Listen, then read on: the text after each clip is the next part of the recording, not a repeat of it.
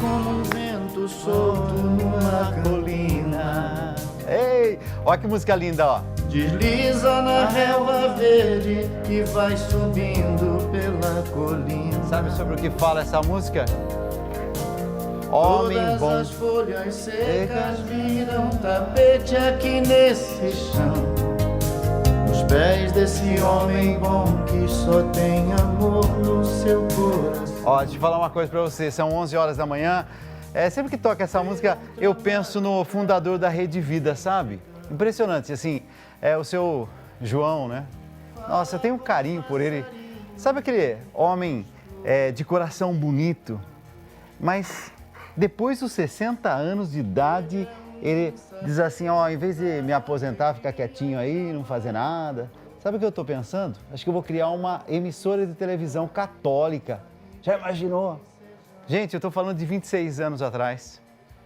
Um homem que realmente, assim, tem um coração lindíssimo.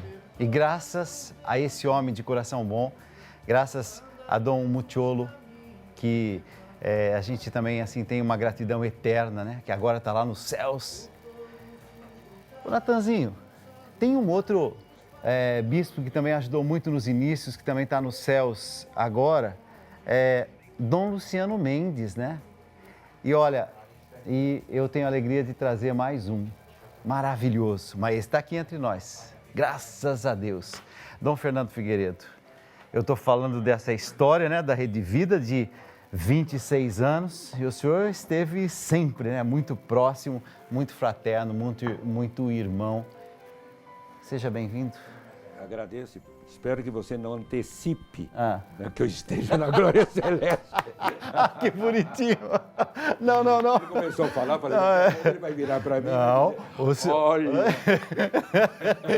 Não, pelo contrário. Estou voltando à vida, não, estou ainda na vida. Não, o Dom Fernando é alguém que a gente quer sempre estar aqui, ó, bem pertinho. Alegria hoje também de fazer um programa especial com ele, que é teólogo, autor de vários livros, entre os livros que eu já trouxe aqui no programa, né? O Segredo dos Patriarcas, Luciano Stein, teólogo, escritor, palestrante também. O Luciano, seja muito bem-vindo, tá? Muito bom dia. Obrigado, Alcides, Fernando. É um prazer sempre estar aqui com vocês para compartilharmos daquilo que Deus tem feito por nós e por esse canal aberto para semear a paz. Vocês sabem que os programas, eles são assim pensados com muita antecedência, a gente pensa no conteúdo, a gente pensa nos VTs que vão ilustrar, a gente pensa em tudo. Mas eu queria, excepcionalmente, deixar tudo isso assim para trás, pegar a Bíblia e pedir para que dois grandes teólogos nos ajudassem. De uma forma espontânea, a gente vai até o meio-dia. Pode ser? Vamos fazer essa loucura ou não? Estamos habituados a isso. Mas hoje ele está muito afiado, né?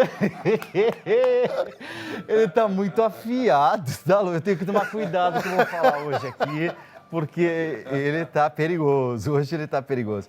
Olha, falando nisso, o Luciano pode não saber, mas o Dom Fernando deveria saber.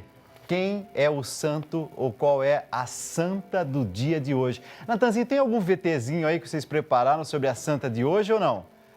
Tem? Ó, dá uma olhadinha aí, porque se tiver, eu queria assim contar um pouquinho dessa história. Santa Maria Goretti. É o dia dela hoje. Hoje é dia 6, não é? Dia 6? Eu já celebrei a missa em honra a Santa Maria Goretti. 5h30 da manhã. 5h30 da manhã. 5h30 da manhã. Ó, o que gostaria, como você falou, condicional, gostaria que você estivesse acompanhando. Ô, Dom Fernando, eu faço um programa na madrugada, mas, ó, nós vamos fazer o seguinte, vamos acompanhar um trechinho desta santa do dia de hoje, Santa Maria Goretti. Vamos conhecer, vai lá. Nascida no centro da Itália, Maria Goretti era de família pobre e numerosa, mas muito temente a Deus. Devido a alguns problemas da época, a família de Goretti acabou perdendo a fazenda onde moravam. Por isso, tiveram que mudar para uma casa compartilhada com outra família. Morando na casa compartilhada, a beleza de Maria Goretti despertou paixões desequilibradas em um jovem de 20 anos.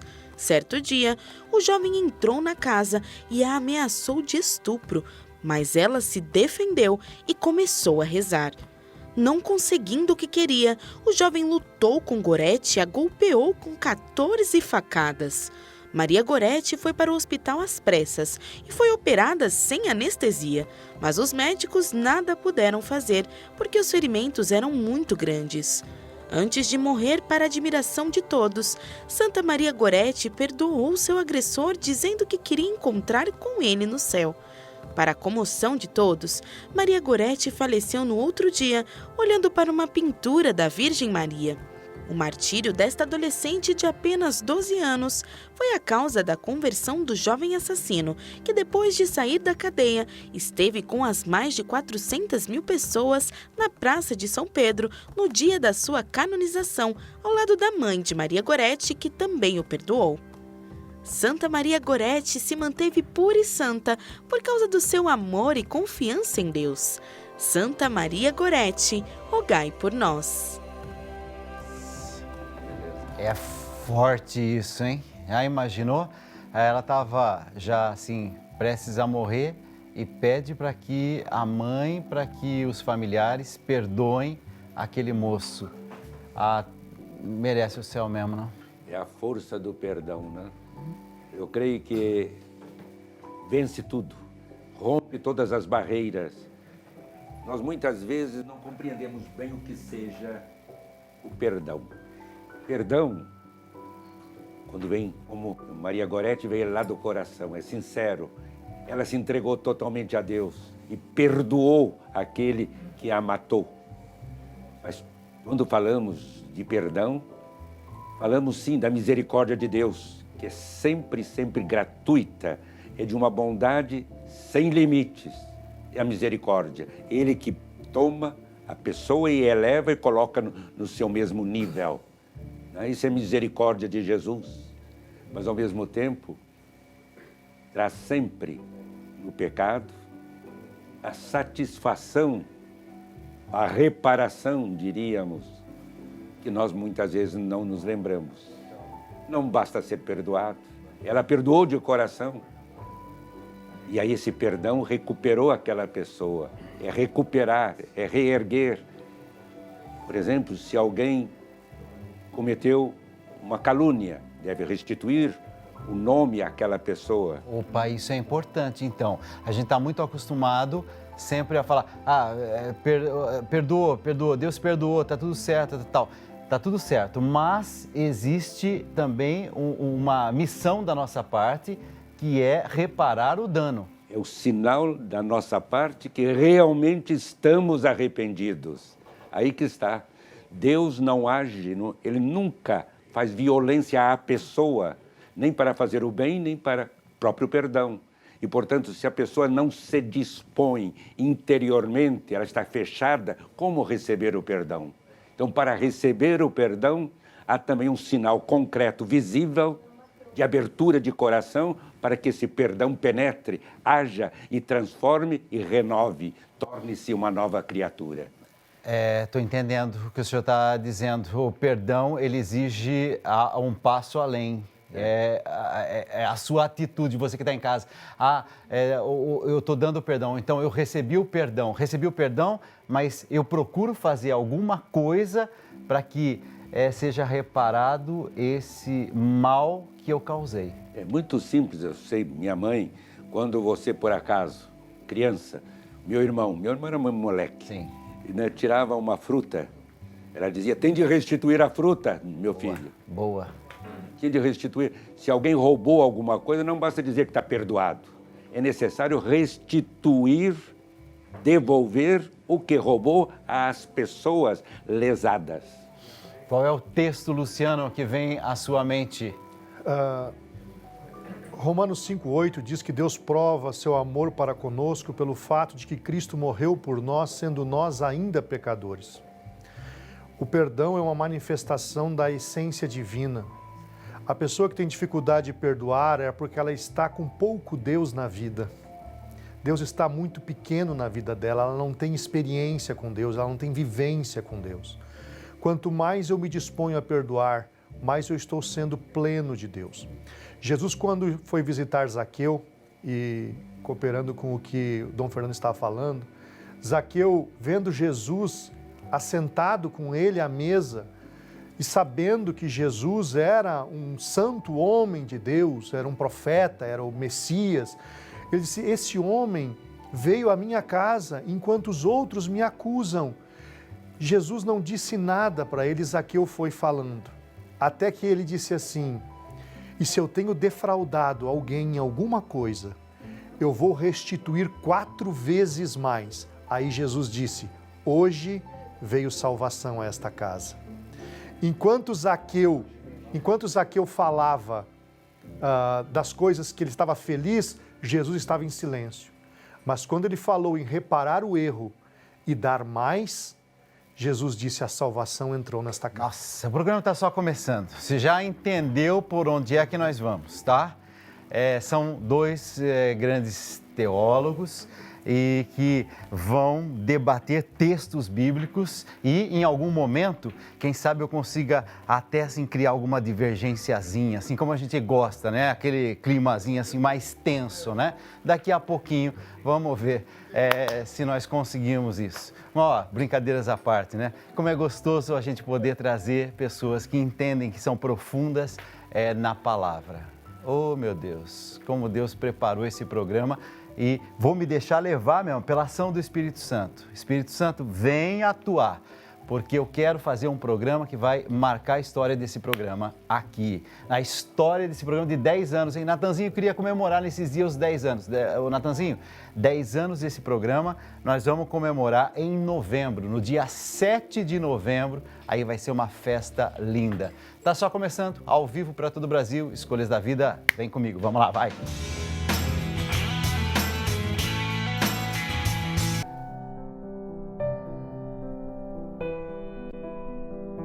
Hoje eu fazendo um programa especial com 2 grandes teólogos. Eu tenho aqui várias perguntas, sabe? Mas assim, pergunta de ignorante mesmo, sabe? Assim, querendo conhecer mais a palavra de Deus. Embora eu sou um apaixonado pela palavra de Deus. Tudo isso aqui, ó, eu vou rabiscando a minha Bíblia, vou escrevendo nela, vou marcando tudo. Pode fazer isso na Bíblia ou eu devo levar em consideração que minha avó dizia: Bíblia não se pode fazer nenhum risquinho, absolutamente nada. Por quê? Porque é um livro sagrado. Aí eu estou em crise com o que eu fiz com a minha Bíblia, que ela é toda marcada e rabiscada. E aí? Não entrar em crise é uma graça divina. Sabe por quê? Crise em grego significa decisão. Aí você tem de tomar uma decisão concreta, viva. Eu acho que tudo isso daí faz você entrar em crise e cada vez mais tomar uma decisão de ler a Bíblia, de ler tudo que você indicou e assim por diante. Dom Fernando, qual é um texto da palavra de Deus? Ou então, assim, um versículo bíblico, uma passagem, um fato, um acontecimento, que o senhor diz assim: opa, isso aqui me chama a atenção, isso aqui sempre me fala a alma. Tem alguma coisa que se destaca nessas milhares aqui de citações? Toda a palavra de Deus é palavra não só ouvida, mas escutada no coração e, portanto, age no nosso interior para nos transformar e cada vez mais vivermos esta palavra. Mas, se você pergunta uma palavra que me toca profundamente e que reflito muitas e muitas vezes, porque os padres da igreja, os primeiros cristãos, a tinham sempre diante dos olhos: amai-vos uns aos outros como eu vos amei, diz Jesus. Como Jesus amou, porque cada vez mais nós estamos nos assemelhando a Jesus, sempre mais nesse crescimento de sermos realmente cristãos, seguindo Jesus, Ele presente em nossa vida e nós nos identificando a Ele. Essa história do amor, segundo essa passagem, Jesus está dizendo assim, ó, o ponto comum é o amor. Ou seja, façam, hajam, tenham um comportamento de amor, porque é aí que é o grande encontro entre o coração humano e o coração divino. Como Ele nos amou, aí que está. como Ele nos amou. Nossa, eu estou longe Nos disso. amou até dar a vida por nós. Ele, como dizia o padre Steiner, e muito bem, é perdão. Deus é misericórdia. Pronto, já foi elevado à Já categoria virei de padre agora, já virei padre. A verdade. Já virei padre. Já estou celibatário hoje. Eu até errei. Eu devia dizer frei. Eu falo sempre frei. Ô, Frei Stein, diga para nós então. Ó, estão chegando recadinhos. Tem perguntas sobre a Bíblia também, pode mandar agora. Nós estamos ao vivo, 11 horas e 18 minutos, youtube.com/TV Rede Vida. Estão pedindo oração. Daqui a pouco o Dom Fernando vai fazer assim, um momento de bênção muito especial. Eu tenho também várias dúvidas e você vai mandando para a gente aqui e a gente vai conversando. Texto da Palavra de Deus que te ilumina, entre os muitos, né? Nos dias que nós estamos vivendo, o texto do Evangelho de João, capítulo 15, versos 7 e 8, Jesus está ensinando os seus discípulos assim: se estiverdes em mim e as minhas palavras estiverdes em vós, pedireis tudo o que quiserdes e vos será feito. E nisto será glorificado o meu Pai que está nos céus, que vocês deem muito fruto, e assim sereis meus discípulos. Nós vivemos em dias em que as pessoas estão cada vez mais pedindo algo para Deus. Cada vez mais querendo que Deus intervenha na realidade delas. Que Deus resolva. Isso. Porém, elas não estão colocando Deus dentro delas. E elas não estão entrando em Deus. Como é que eu coloco Deus dentro de mim? Pela sua palavra. Se as minhas palavras estiverdes em vós, quanto mais eu automatizar na minha conduta de vida a prática das Escrituras, mais discípulo eu serei de Jesus. E mais poderosa será a resposta do meu pedido. As pessoas às vezes pedem uma oração poderosa.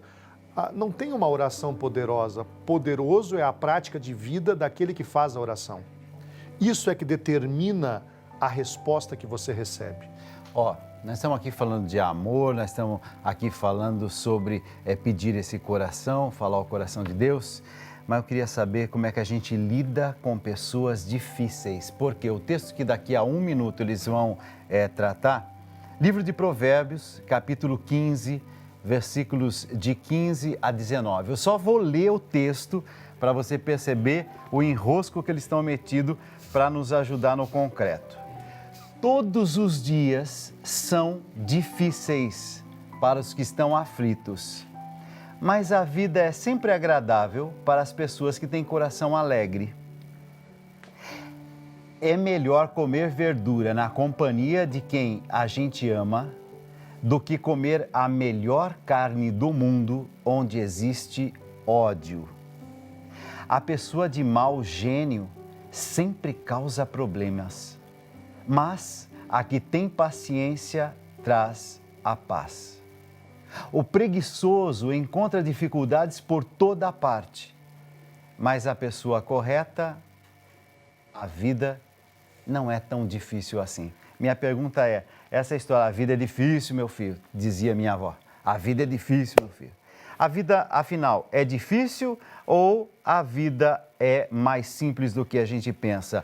Todos os dias são difíceis para os que estão aflitos, mas a vida é sempre agradável para as pessoas que têm coração alegre. O preguiçoso encontra dificuldade por toda parte, mas a pessoa correta, a vida não é tão difícil assim.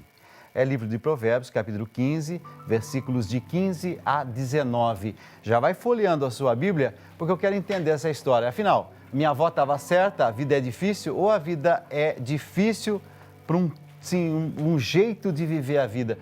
Eu estou meio confuso, mas daqui a pouquinho nós vamos ter tudo esclarecidinho com esses dois teólogos.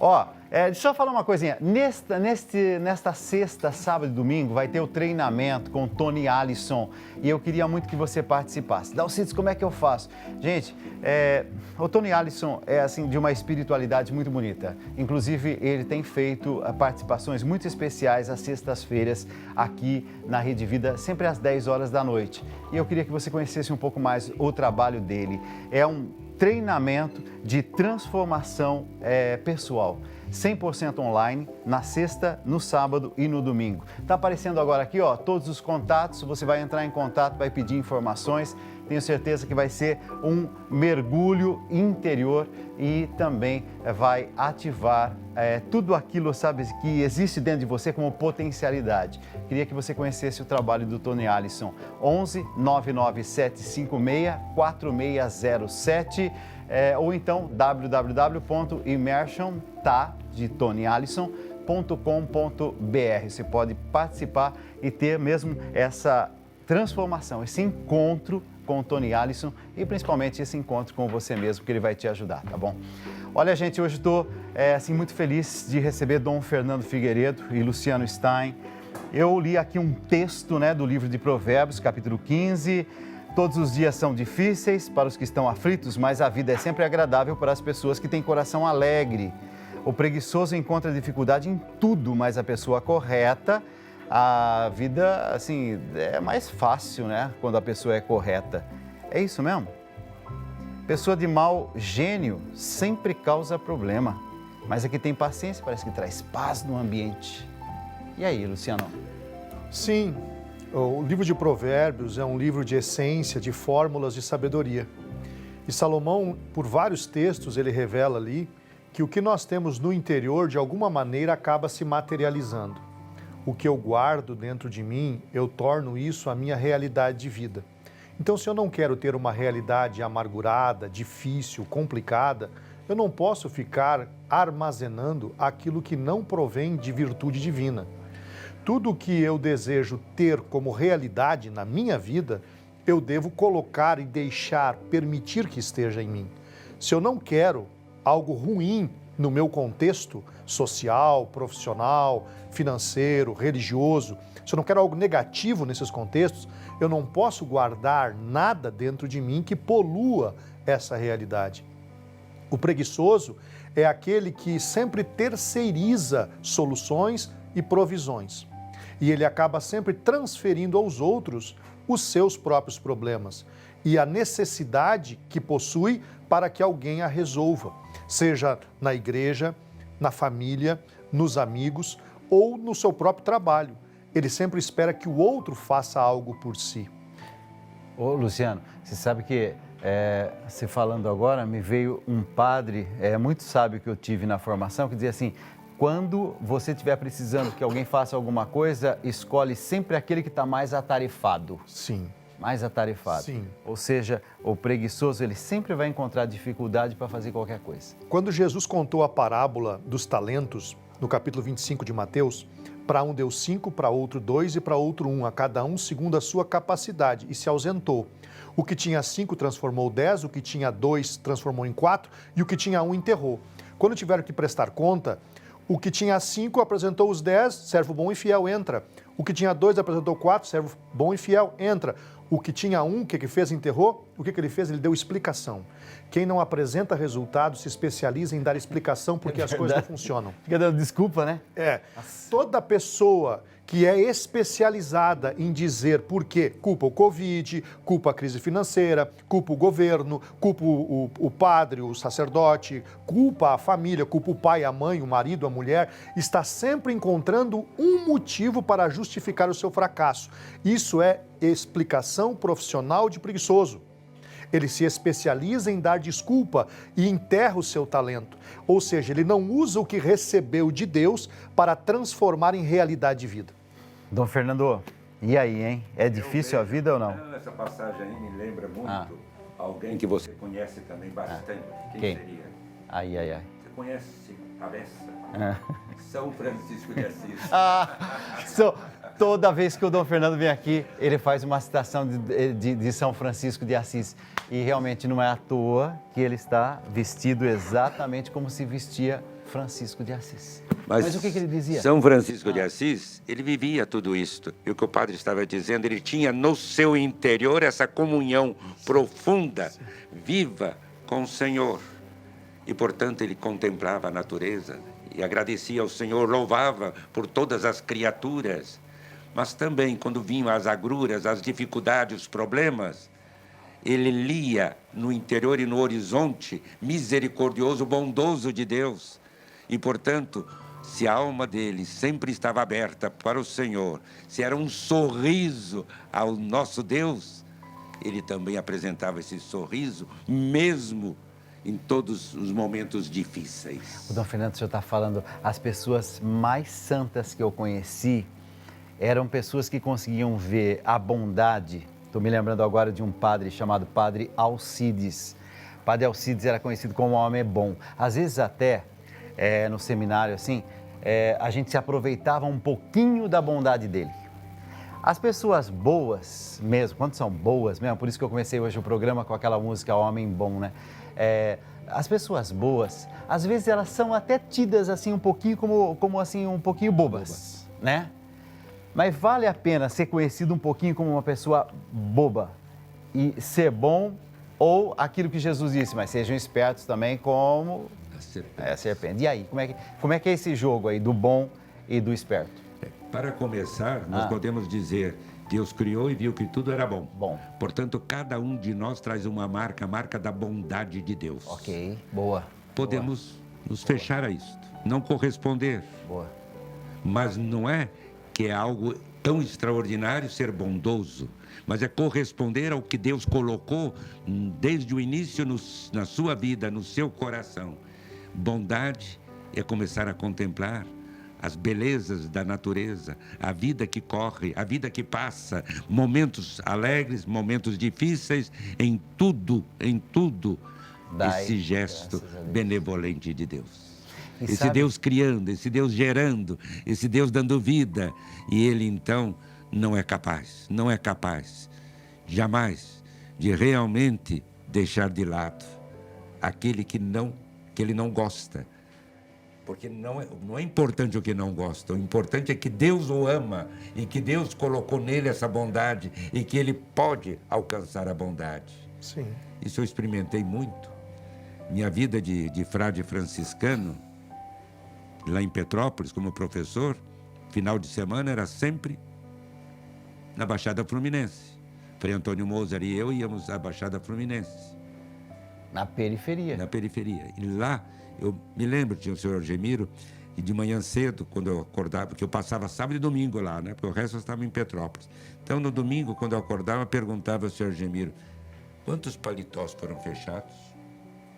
Ele me dizia, não, só 15 ou 10, que eram quantos mortos, tinham sido mortos.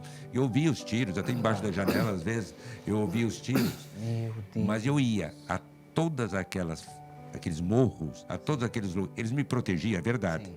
Mas, ao mesmo tempo, eu via que existia sempre algo de bondoso naquele outro. Por isso, eu tenho uma confiança muito grande na bondade de Deus, no presente e no coração das pessoas.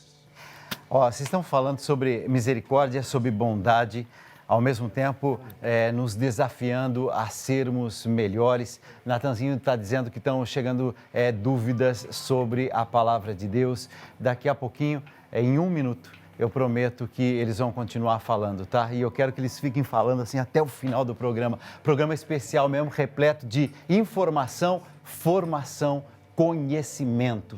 É isso que faz com que a vida da gente aqui na Rede Vida valha a pena. É ajudar você a ser mais de Deus. Recadinho chegando, hein? Que alegria recebemos em nosso lar as palavras de Dom Fernando, que Deus o abençoe, a Maria Correia. Maria Correia, um grande abraço para você e pode ter certeza que a sua audiência faz diferença aqui para nós. Quando quer ser direito em tudo é difícil. É o Hélio Aguiar. O Hélio, isso também é verdade, hein? A gente está falando aqui, né, de fazer a coisa certa, tudo direito, tá? Mas quando a gente quer ser direito em tudo, também não é fácil. Mas eu creio que aquelas palavras também, não é do padre, do Frei Stein, são sábias, no sentido que quem encontra Deus, quem está em Deus, São Francisco estava em Deus. E, portanto, ele tinha essa serenidade interior, que é a alegria. É alegre. Ele sempre foi alegre, mesmo em meio às dificuldades, os problemas. Por isso que o fato que vocês estão falando, né, da gente estar em Deus, determinadas coisas passam a não ser tão fundamentais, tão importantes e passam a não nos abalar na proporção que estaria se a gente não tivesse a fé em Deus. a gente parece que vê assim sobre perspectiva diferente. Quando eu estou mais forte na fé, alguns pequenos incômodos ou grandes incômodos, eles têm assim alguma coisa que mexe em mim, mas não a força que tem quando eu estou mais fragilizado na minha fé. Tem lógica isso? Quando tem essa presença, uma comunhão interior, é algo precioso para nós, comunhão com Deus. Quando nós então estamos ali mergulhados, por assim dizer, no silêncio amoroso de Deus, esta voz soa aos nossos ouvidos e cantamos a vida. Dalcides, coloque todo dia o nome da minha avó, Salete Gomes. Daqui a pouquinho, Cris, nós vamos ter a bênção especial com Dom Fernando. Quem perdoa uma ofensa mostra que tem amor, mas quem fica lembrando o assunto o tempo todo estraga a amizade. Provérbios, capítulo 17. É verdade, né? Às vezes a gente fica relembrando uma coisa. Já passou, filho, já passou. Vira essa página. Stein. As pessoas que elas dizem que perdoam para não perder o vínculo, para manter uma relação, seja ela familiar, conjugal, social, amizade. Mas no primeiro momento de discussão ou debate, elas relembram o problema que está no passado. Isso é armazenar dentro de si aquilo que polui a sua realidade externa. Não se pode fazer isso. Se perdoou, está apagado. A cicatriz pode ficar, mas você não fica trazendo isso à tona todos os momentos. Será que não há também uma certa dimensão psicológica aí? Sim, sim. Eu vejo pessoas que realmente perdoam, mas guardam, não digo mágoa, tem a mágoa, mas é algo que fica, e eu me pergunto, porque eu vejo uma pessoa boa, uma pessoa caridosa, que realmente está ali, convive com as outras pessoas, mas elas têm algo que fica presente. O que é? Será que não há também uma certa... Eu, por exemplo, esqueço completamente, Deus me deu esse dom de esquecer o que a pessoa fez contra mim ou coisa parecida. Mas é algo que eu não vejo em todas as pessoas, porque é um dom de Deus. Sim. Ou psicológico, ou algo que pertence à estrutura da própria pessoa. Nossa, mas isso resolve um monte de coisa na vida, não? Se a gente, assim, relativizar ou até esquecer algumas coisas, ufa, a vida fica mais leve, né? E quanto mais idade vai chegando, mais a gente esquece, mais leve fica. Bom, essa parte, ó, se eu tivesse feito esse comentário? Já imaginou assim? Ele ficaria assim, né, com aquele bico, assim, de quem não gostou, né? Mas foi ele que fez, eu não tenho nada a ver com isso. O que é sobre indulgência plenária? Eu vou perguntar para o Dom Fernando que história é essa de indulgência plenária. É isso, Natanzinho? A Roberta Campos, aqui de São Paulo, me ouviu falando sobre indulgência plenária, que o Papa, inclusive, está incentivando todos a participarem da celebração eucarística no dia 25, às 5 horas da manhã. Dia 25 é um domingo, 5 horas da manhã, transmitido aqui pela Rede Vida, a missa em que ele vai conceder a indulgência plenária. Então, Roberta, você vai aguentar aí 1 minuto para você entender direitinho o que significa indulgência plenária nesse contexto católico. Dom Fernando vai responder essa questão. Falando aqui no programa, a Roberta fez a pergunta, e eu acho que ela tem todo o direito, porque nesses dias eu tenho falado aqui bastante sobre indulgência plenária. Inclusive vai ter uma celebração eucarística, né, a missa com o Papa no dia 25, 5 horas da manhã, transmitida aqui pela Rede Vida. Roberta, vamos ouvir uma palavra de quem realmente sabe infinitamente mais que eu na questão de indulgência plenária. Então, passo a bola para quem sabe. A indulgência plenária, nós compreendemos no interior do perdão do pecado, ou do pecado. Somos perdoados, o nosso pecado, pela confissão sacramental. Ok. Então devemos recebê-la, sem dúvida, mas permanecem em nós as consequências do pecado. São, vamos dizer, orientações não boas que ficam em nossa vida. Por exemplo, a ganância, por exemplo, a gula, ou a ira, e assim por diante. Ficam certas consequências. é o homem velho. Nós não dizemos, o homem velho está ali presente, a pessoa velha. Que fica procurando uma ocasião para aparecer de novo. Mas a indulgência é aquela que vai agindo, é aquela remissão dessas penas temporais que vai corrigindo em nós, pouco a pouco, e vai nos orientando para sermos estas novas criaturas em Deus. Quando o senhor fala, então, sobre a indulgência que nós vamos receber nessa celebração eucarística, o Papa também disse assim, olha, eu entendo que nesse momento pode ser que você não possa assim, sair de casa. Então, fica na sua casa se protegendo, né? Protegidinho. Vou me dirigir de forma especial aos doentes e idosos, acompanhe a celebração eucarística, mas o Papa falou assim, quem pode, faça uma confissão preparando esse momento, participe da Eucaristia e receba a Eucaristia. Terceira coisa, faça orações pelo Papa. E quarta coisa, algum gesto de caridade. Mas compreendendo o momento, se não for possível sair de casa, fique em casa quietinha, mas acompanhe a celebração eucarística do dia 25. Então, se estivéssemos num período normal, seria necessário fazer os 4 passos. Sempre é necessário fazer esses 4 passos.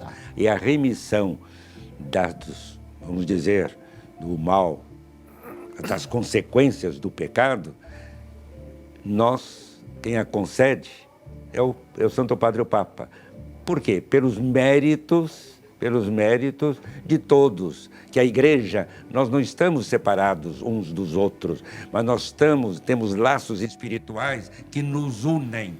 E, portanto, todos os méritos que a Igreja tem presente, que estão presentes e atravessam os tempos e sempre estão ali atuando na vida das pessoas, o Papa, e por exemplo, sobretudo os santos, o Papa pode, então, aplicá-los a esta ou nesta ou aquela ocasião, aos que cumprirem essas indulgências.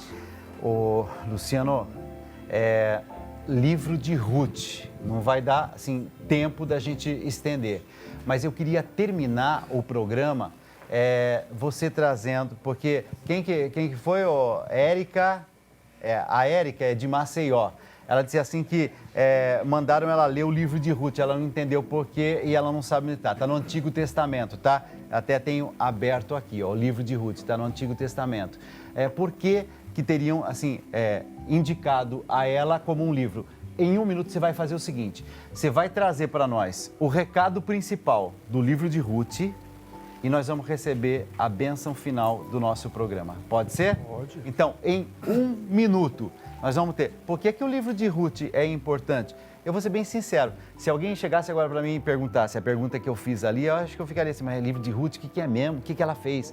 Ele vai resumir para a gente e vai resumir para você também, Érica, aí de Maceió. E a bênção final do nosso programa, com Dom Fernando trazendo bênçãos, graças aos céus. Érica, eu vou fazer um negócio por você que é de Maceió, me escreveu, falou assim, o livro de Ruth, eu preciso entender. Se eu pedir agora uma resposta em 1 minuto, porque o programa está terminando, eu acho que eu não respeitaria você como você merece. Eu quero pedir, você pode estar aqui 4h15 da tarde? Estarei. Então, 4h15 da tarde, eu vou começar o programa, 4h15 da tarde. Érica, o Stein vai responder para você com calma e vai te explicar por que o livro de Ruth é importante. Eu estou falando que ele é importante. É importante ou não é importante? Muito importante. Ruth é a bisavó do rei Davi, que é a ancestral de Jesus. Tá, então nós vamos entender essa história e você que está em casa também tem dúvidas sobre Ruth, por que Ruth é importante, você pode nos escrever através do nosso YouTube também, através do nosso site. Tem no meu Instagram, quem quiser seguir no meu Instagram lá. Seu Instagram qual que é? @LucianoStein_oficial. Então, @LucianoStein oficial, você pode também deixar suas perguntas bíblicas, 4h15 da tarde. Vai estar aqui o Luciano Stein. Dom Fernando, posso pedir essa bênção, como assim, um neto pede uma bênção pro seu vovô, pode ser? Ainda bem que eu sou vovô e não bisavô. Então nós vamos receber agora, vamos lá. não seja assim tão neto. O Senhor esteja convosco. Ele está no meio de nós. O Senhor vos abençoe e vos guarde. O Senhor volva seu rosto para vós e vos dê a paz. Amém. O Senhor volte a sua face e tenha misericórdia de vós. Amém. O Senhor vos abençoe com todas as bênçãos celestes e terrestres, o Pai, o Filho e o Espírito Santo. Amém. Paz e bem. Obrigado por tudo. Que Deus esteja sempre presente no seu coração, viu, Neto? No coração de todos, também do estado da pedra que está aí, presente no seu coração, na sua vida e na sua família.